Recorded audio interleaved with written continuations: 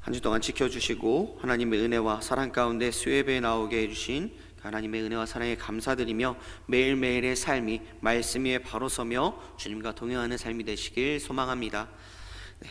오늘 말씀은요, 깨어지는 삶이라는 제목으로 말씀을 전하고자 합니다. 뱅크시라는 그런 예술가를 아시는 분 계실까요? 2018년 10월에 소더비 경매에서 풍선과 소녀라는 그러한 작품이 경매에 나오게 됩니다. 그 작품은 하나로 17억 원이라는 그러한 가격에 낙찰되게 됩니다. 그런데 낙찰되는 순간 액자 속에 숨겨져 있던 그 파쇄기가 작동해서 그림의 절반을 파쇄하는 일이 일어나게 됩니다. 놀라서 충격에 잠겨있던 사람들에게 그는 철저히 계획되었으며 파괴하고자 하는 욕망도 창조적인 욕구라고 말하면서 피카소의 명언을 인용했습니다. 그 이후의 작품은 사랑은 쓰레기통에서 라는 그러한 새로운 이름을 가지게 되었습니다. 그로부터 3년 뒤에 풍선과 소녀가 아닌 사랑은 쓰레기통에서 라는 이름으로 다시 경매에 나오게 됩니다. 결과는 어떻게 되었을까요? 1870만 파운드, 우리나라 돈으로 304억 원이라는 돈으로 낙찰되었습니다. 뱅크시의 작품 중에 제일 비싼 1,440만 파운드, 우리나라 돈으로 224억 원에 낙찰된 게임 체인저라는 그 그림의 가격을 다시금 갱신하는 일이 벌어진 것입니다. 갈리고 망가진 그 작품이 다시금 경매에 나왔을 때 그 가격은 20배나 오르는 일이 일어난 것입니다. 오늘 제목에서와 같이 우리는 깨어져야 합니다. 그냥 깨어지는 것이 아니라 주님 안에서 깨어져야 합니다. 우리의 인생이 깨진 유리창처럼 깨어지고 망가져서 쓸모없어지는 그러한 인생이 아니라 주님 안에서 깨어져서 다시금 주님의 은혜와 사랑 가운데 말씀으로 다시금 채워져야 한다라는 것입니다. 오늘 본문을 통해서 우리의 삶이 어떻게 깨어져야 하는지에 대해서 말씀을 전하고자 합니다. 오늘 본문에서 어떠한 제자가 나오나요? 맞습니다. 베드로입니다. 베드로는 어떠한 제자였나요? 마태복음 4장 18절 말씀에 갈릴리 해변에 다니시다가 두 형제 곧 베드로라 하는 시몬과 그 형제 안드레가 바다에 금을 던지는 것을 보시니 그들은 어부라 말씀하시되 나를 따라오라 너희는 사람을 낚는 어부가 되게 하리라 하시니 그들이 곧 그물에 버려두고 예수를 따르니라.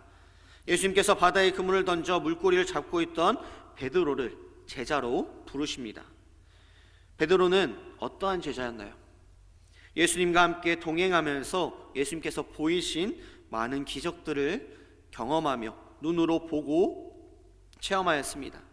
또한 예수님의 제자로 지내게 되는데 그 지내는 동안 예수님께서 회당장 야이로의 딸을 고치러 가실 때나 변화산의 사건 때나 겟세마네라는 곳에 가실 때에도 베드로, 야고보 형제 요한만 데려가실 때에 예수님의 제자 중에 특별하다라고 할 수 있는 그러한 제자 중에 한 사람이 바로 베드로였습니다. 예수님의 측근이면서 예수님의 사랑을 받고 있던 베드로는 어떠한 사람일까요? 먼저 당당한 사람이었습니다. 요한복음 18장 10절 말씀, 이에 시몬 베드로가 칼을 가졌는데 그것을 빼어 대제사장의 종을 쳐서 오른편 귀를 베어버리니 그 종의 이름은 말고라. 좋게 말하면 당당한 거고 나쁘게 말하면 자만심이 가득한 그러한 사람이었습니다. 그래서 그는 예수님을 잡으러 온 대제사장의 곁에 있는 그 종 말고의 귀를 자르는 망설임 없는 모습도 보였습니다. 세상 말로 정말 무대포였던 사람이었습니다. 하지만 누구보다 당당했으며 예수님의 제자로 가장 잘 따르고 예수님을 사랑하던 제자였습니다. 또한 베드로는 마태복음 26장 31절 말씀에 그때 예수께서 제자들에게 이르시되 오늘 밤에 너희가 다 나를 버리리라 기록된 바 내가 목자를 치리니 양의 떼가 흩어지리라 하였느니라 라고 예수님께서 제자들에게 예수님을 버리고 갈 것이라고 말씀하십니다. 그럴 때 베드로가 대답하여 이르되 모두 주를 버릴지라도 나는 결코 버리지 않겠나이다 라고 고백합니다. 다른 제자들은 다 예수님을 버릴지라도 나는 결코 버리지 않겠습니다 라고 다른 제자들이 있는 곳에서, 다른 제자들이 듣는 곳에서 그렇게 말합니다. 이 말을 들은 다른 제자들의 감정은 어땠을까요? 나도 그런데 쟤 혼자서 저렇게 말하냐? 라고 생각했을 수도 있을 것입니다. 베드로는 이렇게 예수님께서 너희가 나를 버리리라 라고 말했을 때, 너희가 나를 떠나리라 라고 말했을 때, 다른 제자들은 몰라도 나는 결코 예수님을 떠나지 않겠습니다 라고 당당하게 말하던 제자 중에 한 사람이었습니다. 그래서 예수님께서는 내가 진실로 내게 이르노니 오늘 밤 닭 울기 전에 내가 3번 나를 부인하리라 라고 예수님께서 말씀하십니다. 그래서 베드로는 또한 35절 말씀에 이렇게 고백합니다. 베드로가 이르되 내가 주와 함께 죽을지언정 주를 부인하지 않겠나이다 하고 모든 제자도 그와 같이 말하니라 라고 말씀합니다.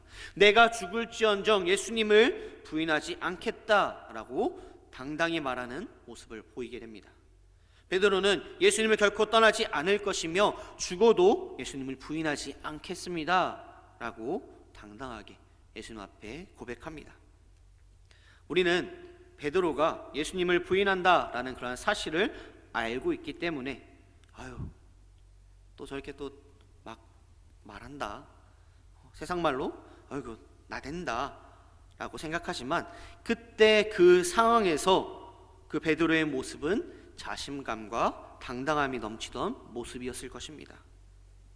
나는 예수님의 제자지만 다른 제자들보다 특출나 라는 그런 마음이 있었기 때문입니다. 이러한 당당하던 베드로는 어떻게 되었을까요? 예수님을 부인하게 됩니다. 마태복음 26장 69절 말씀, 베드로가 바깥들에 앉았더니 한 요중이 나와 이르되 너도 갈릴리 사람 예수와 함께 있었도다 하거늘 이라고 말합니다. 한 요중이 나와 베드로를 보며 너 예수님의 제자였잖아 라고 말합니다. 그때 베드로는 70절 말씀에 베드로가 모든 사람 앞에서 부인하여 이르되 나는 내가 무슨 말을 하는지 알지 못하겠노라 하며 라고 말합니다. 예수님을 모른다고 부인합니다. 또다시 여종이 예수님과 함께 있었던 자라고 다시금 말할 때 베드로는 맹세하고 또 부인하여 이르되 나는 그 사람을 알지 못하노라 하더라. 이번에는 부인하는 데 그치지 않고 맹세하며까지 예수님을 모른다라고 말합니다. 조금 후에 곁에 있던 사람이 베드로를 가리켜 그 도당이다 라고 말합니다. 그리고 베드로는 74절 말씀에 저주하며 맹세하며 이르되 나는 그 사람을 알지 못하노라 하니 라고 말씀합니다. 저주하며 맹세하는 모습까지 보입니다. 맞습니다. 예수님의 말씀대로 베드로는 예수님을 모른다고 3번이나 부인하게 됩니다. 아니요, 심지어 맹세하며 저주까지 합니다. 다른 제자들은 떠날지언정 나는 떠나지 않겠습니다 라고 말했던 베드로, 죽을지언정 주님을 부인하지 않겠습니다 라고 말했던 베드로는 예수님을 떠나며 예수님을 부인하는 그런 모습을 보이게 됩니다. 맹세하며 저주까지 하는 그런 모습 가운데 예수님을 부인하게 됩니다. 이러한 베드로의 모습이 우리의 모습이 아닌지 돌아보시기 바랍니다. 우리는 하루하루 매 순간마다 하나님의 은혜와 사랑 가운데 살아가고 있습니다. 내 삶이 평안하고 건강하게 주님 앞에 나와 예배드리는 것이 큰 복인데, 그것을 알지 못하고 내가 원하는 것이 있을 때만 하나님을 붙잡고 의지하지만 그것이 이루어지지 않을 때 하나님 앞에 불평과 불만하며, 그것이 이루어졌을 때는 다시금 내가 잘한 거야 라고 포장하며 회피하는 우리의 모습이 아닌지 돌아보시기 바랍니다. 2024년도가 지나고 어느덧 1월도 3분의 1이 지나갑니다.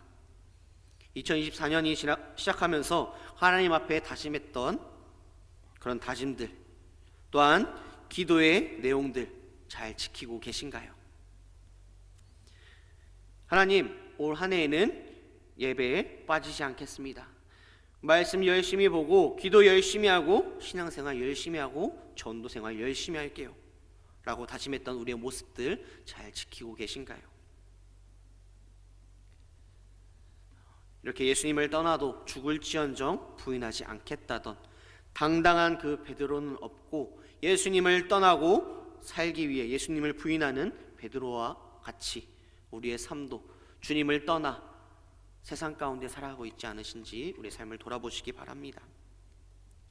그런데요, 베드로의 이러한 실수 가운데, 이러한 부인 가운데 베드로의 진면모가 나오게 됩니다. 베드로의 진면모는요, 먼저 실수를 인정하며 회개했습니다. 예수님을 모른다고 부인하던 맹세와 저주를 했던 그 베드로는 닭이 3번 우는 소리를 듣고, 이에 베드로가 예수의 말씀에 닭 울기 전에 내가 3번 나를 부인하리라 하심이 생각나서 밖에 나가서 심히 통곡하니라 라고 말씀합니다. 예수님께서 말씀하신 것을 생각하며 밖에 나와 심히 통곡하는 모습을 보입니다. 부인하는 데서 그친 것이 아니라 통곡하며 회개하는 모습을 보이게 됩니다. 우리가 잘못을 했을 때 바로바로 인정하시는 편이신가요? 우리가 잘못을 했을 때 우리의 잘못을 인정하면 부끄러워지고 초라해지기에 사과와 반성보다는 너가 더 잘못했잖아, 내 잘못이 아니야 라며 책임을 전가하며 회피하는 모습을 우리는 돌아보게 됩니다. 또한 적반하장으로 고집을 부릴 때도 있습니다.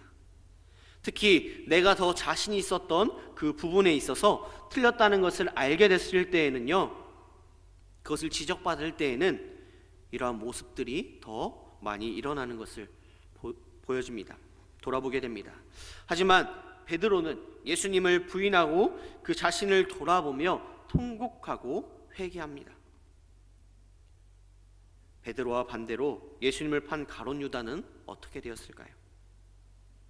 마태복음 27장 3절 말씀, 그때 예수를 판 유다가 그 정죄됨을 보고 스스로 뉘우쳐 그 은 30을 대제사장들과 장로들에게 도로 갖다 주며 이르되 내가 무지한 피를 팔고 죄를 범하였도다 하니, 그들이 이르되 그것이 우리에게 무슨 상관이냐, 내가 당하라 하거늘. 가룟 유다도 스스로 뉘우치게 됩니다.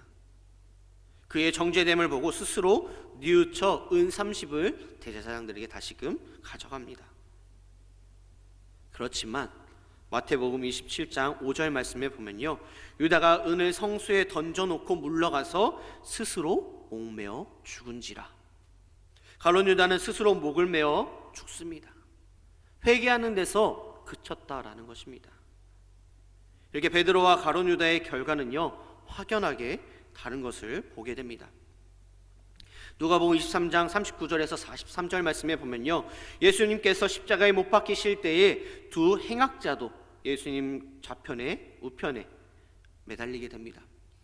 그 중에 한 행악자는 예수님께 너가 그리스도면 우리를 구원해라 라고 소리치지만, 한 행악자는 회개하며 나를 기억하소서 라고 예수님께 고백합니다.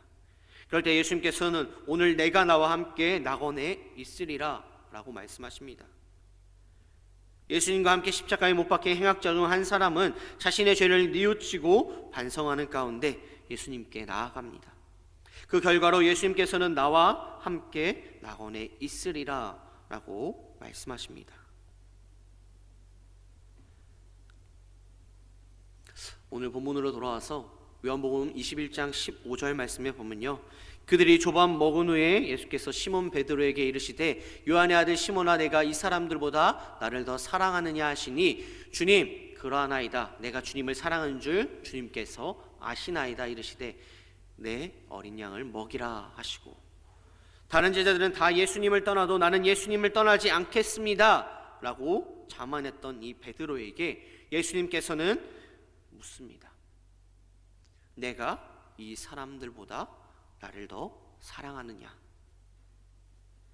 또한 두 번째 물으십니다. 또 두 번째 이르시되 요한의 아들 시몬아, 내가 나를 사랑하느냐 하시니, 이르되 주님 그러하나이다, 내가 주님을 사랑하는 줄 주님께서 아시나이다 이르시되 내 양을 치라 하시고, 예수님께서 또 물으십니다. 내가 나를 사랑하느냐? 또한 마지막으로 세 번째로 물으십니다. 세 번째 이르시되 요한의 아들 시몬아, 내가 나를 사랑하느냐 하시니, 주께서 세 번째 내가 나를 사랑하느냐 하심으로 베드로가 근심하여 이르되 주님 모든 것을 아시오매 내가 주님을 사랑하는 줄 주님께서 아시나이다. 예수께서 이르시되 내 양을 먹이라 라고 말씀하십니다. 이렇게 베드로는 당당했던 모습과 깨어짐을 통해서 주님을 의지하는 모습으로 변하게 됩니다. 나만은 특별해, 나만은 예수님을 떠나지 않을 거야, 나만은 예수님을 부인하지 않을 거야 라고 자만했던 베드로는 어떻게 고백합니까? 내가 주님을 사랑하는 줄 주님께서 아시나이다 라고 자신의 그 자만함이 깨어지고 겸손함으로, 말씀으로, 예수 그리스도로 채워지는 삶으로 변하게 됩니다. 그 위에 베드로는 네로 황제 박해 때까지, 십자가에 거꾸로 못 박혀 죽을 때까지 예수님의 말씀을 전하며 하루하루를 열심히 살았습니다. 이러한 베드로를 통해서 우리는 어떠한 삶을 살아야 하는가? 바로 당당한 믿음으로 살아가야 합니다. 하지만 그러한 당당함 가운데 겸손함도 있어야 합니다. 또한 잘못을 했을 때 인정하며 회개하며 살아가야 합니다.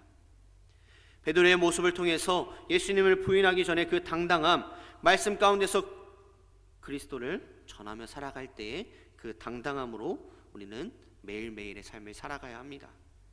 나와 함께 하시고 나의 하나님이 되어주시고 오른손으로 붙들어 주신 하나님의 은혜와 사랑을 기억하며 당당하게 살고 당당하게 전하며 당당한 믿음 가운데 살아가야 한다라는 것입니다.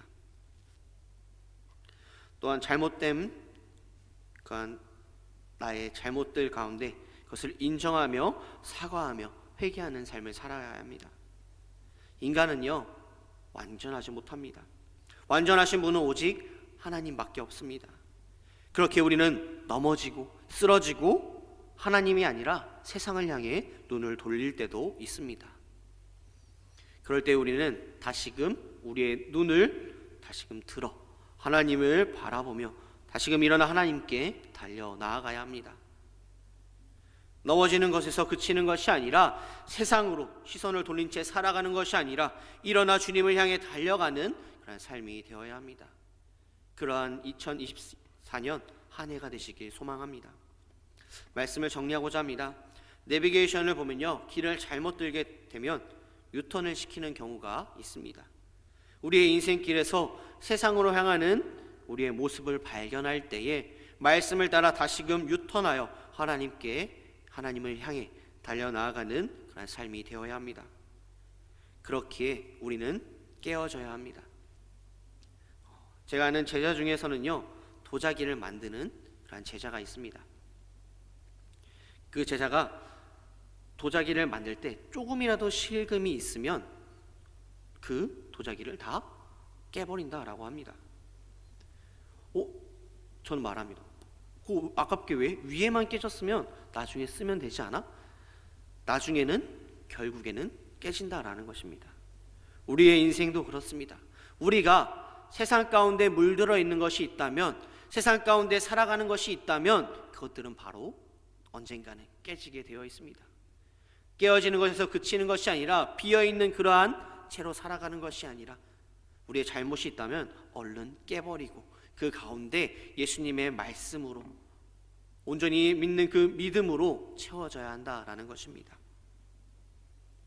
말씀 서두에서 이야기했던 그 뱅크시의 작품이 찢어졌는데도, 그 그림이 파괴됐는데도 작품의 가격이 20배가 오른 것과 같이 우리의 깨어짐을 통해서 거기에서 그치는 것이 아니라 깨어짐을 통해 우리의 세상적인 생각이, 세상적인 가치관이 깨어져서 그 깨어진 부분을 말씀 가운데 예수 그리스도로 채워지길 소망합니다. 다시 한번 말씀드립니다. 깨어지길 소망합니다. 우리의 생각, 세상의 방법들을 깨어지고 온전히 말씀 가운데 예수 그리스도로 채워지는 생명샘교회 모든 성도님들 되시길 소망합니다. 기도하시겠습니다. 사랑과 은혜가 충만하신 아버지 하나님, 우리의 삶 가운데 우리의 생각과 세상의 방법들이 깨어지고 온전히 그 깨어짐 가운데 말씀으로 예수 그리스도로 채워지는 우리의 삶이 될 수 있도록 주님께서 함께하여 주시옵소서. 오늘 주님의 말씀 가운데 예수 그리스도를 바라보며 살아갈 줄 믿사옵고 바라오며 사랑하신 예수님의 이름으로 기도드립니다. 아멘.